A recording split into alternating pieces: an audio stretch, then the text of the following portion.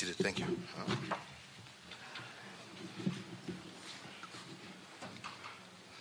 Ladies and gentlemen, indeed it's a great pleasure for me to welcome President Mohammed today on his first official visit to Kenya after his election as president.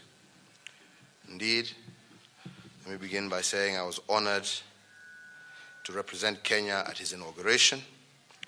The event itself was a celebration of Somalia's democracy, which I was pleased to attend. It is also a pleasure to return the honor by hosting President Mohammed here in Nairobi, and as we say in Swahili, karibu sana, Nairobi. President Mohammed is no stranger. He has previously served his country as a diplomat and also as Prime Minister. Kenya, like Somalia, is grateful for the diligence and skill with which he handled his heavy responsibilities as Prime Minister. And we welcome him to Kenya not only as a new president, but an old friend. And one proof of this is the celebration that broke out here in Kenya on the announcement of his election results. He visits here today to give our joint agenda a fresh start. That agenda is very clear. On a bilateral level, we have agreed to revitalize our engagement in all areas of mutual interest within the context of a reactivated Joint Commission of Cooperation.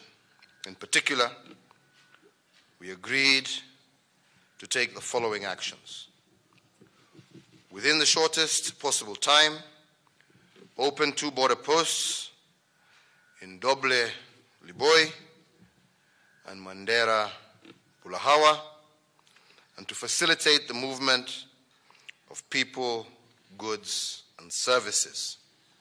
So, ladies and gentlemen, when people are talking about us putting up a wall, here we are opening borders. Kenya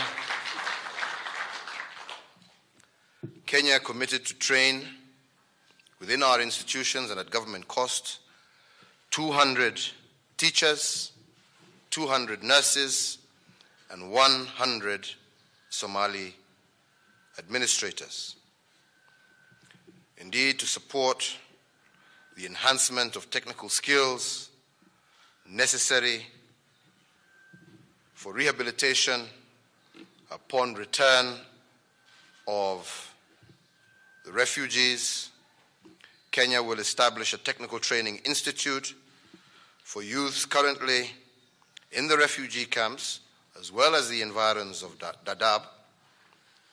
And this, I believe, will greatly help in providing these young men and women the necessary skills that they will require to develop and grow Somalia.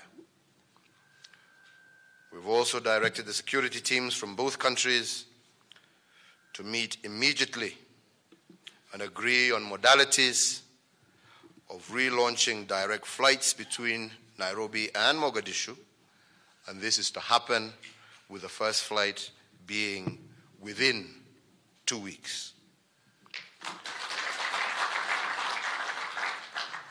We agreed also that forthwith there will be no visa requirement for diplomatic and service passport holders from both countries.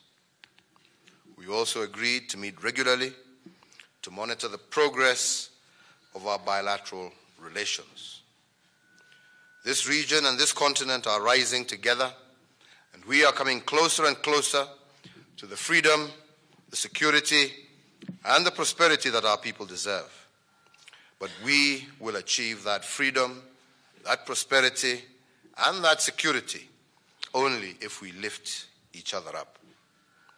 None of us can do it on our own. We will either rise together or fall separately. If Somalia prospers, so too does Kenya. If Somalia is peaceful, so too is Kenya. It is therefore upon us to do all we can to help each other secure these goods for our people. That, ladies and gentlemen, is how we will lift each other, and that, ladies and gentlemen, has been the focus of our talks. I don't have to tell you that a country, many of whose people have been displaced, is a country still at risk of unrest or worse. Again, we all know the strength, the enterprise, and the optimism of Somalia's people. As neighbors, ours is to stand with them and with their country.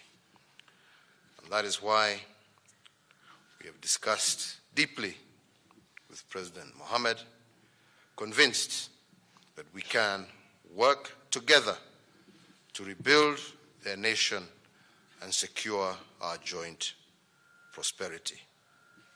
We will also, tomorrow, continue with our discussions as we continue with the IGAD Special Summit on durable solutions for Somalia refugees, which indeed it is our pleasure to host.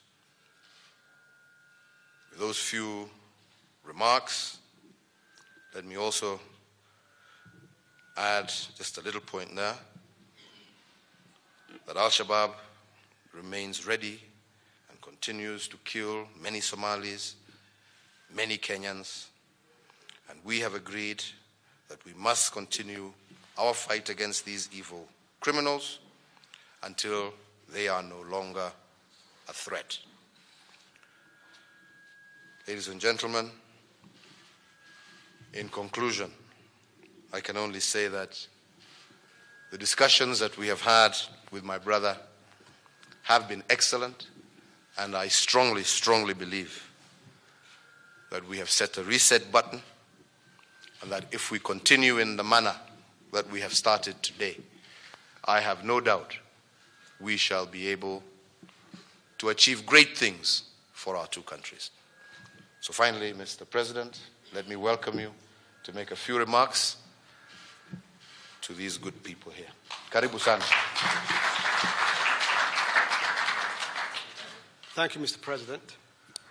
Let me begin by thanking you and the great people of Kenya for hosting us and providing us with outstanding hospitality and reception. It's indeed a pleasure for me to be here today, Mr. President. Today is a new day.